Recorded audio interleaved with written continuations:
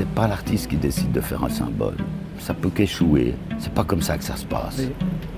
Je pense que c'est le peuple. On venait de fonder Handicap International Suisse en 1996, en septembre en fait, et en octobre, on a appris qu'il y avait ce processus de 14 mois pour aboutir à l'interdiction totale des mines antipersonnelles. Et donc moi, j'étais cofondateur et directeur d'Handicap International en Suisse, et je me suis demandé qu'est-ce que je peux faire ici à Genève pour qu'il y ait le plus grand nombre possible de signataires au bas de ce traité à Ottawa. L'idée d'une chaise géante avec un pied arraché me semblait tout à fait réalisable dans un endroit comme celui-là. Je ne voulais pas sculpter la douleur, je voulais l'éclatement. Alors, il y a un artiste à Genève, Lukas Berchtold, qui a beaucoup travaillé sur la dynamite. Je l'appelle, il venait de se faire foudroyer. Je lui dis, écoute, voilà, c'est de la dynamite, il faut que tu t'inspires. Tu vas au chemin de pente, et là, il y a un ségoya foudroyé.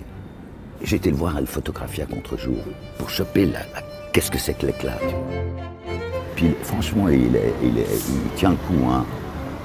On ne croirait pas que c'est fait à la main. C'est pas le fruit d'un éclatement, mais c'est bien rendu.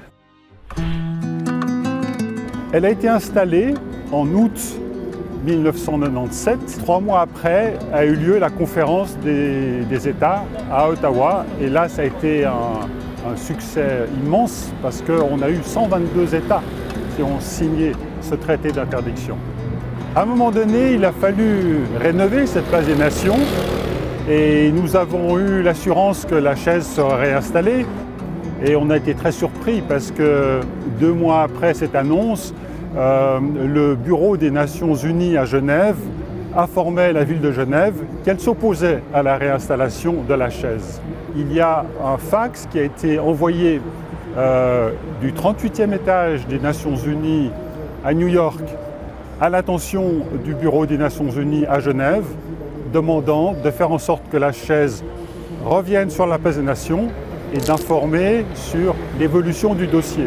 En plus, le symbole de la chaise revenait pour l'interdiction d'une autre arme qui mutilait principalement les victimes civiles, et c'était les armes à sous-munitions.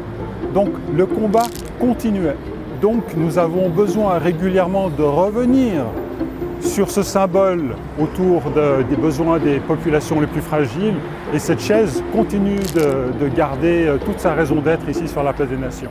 En plus, elle est en lien avec ce bâtiment de pierre en face qui représente la solidité des États. Et cette chaise en bois mutilée, elle est là, elle tient et elle résiste.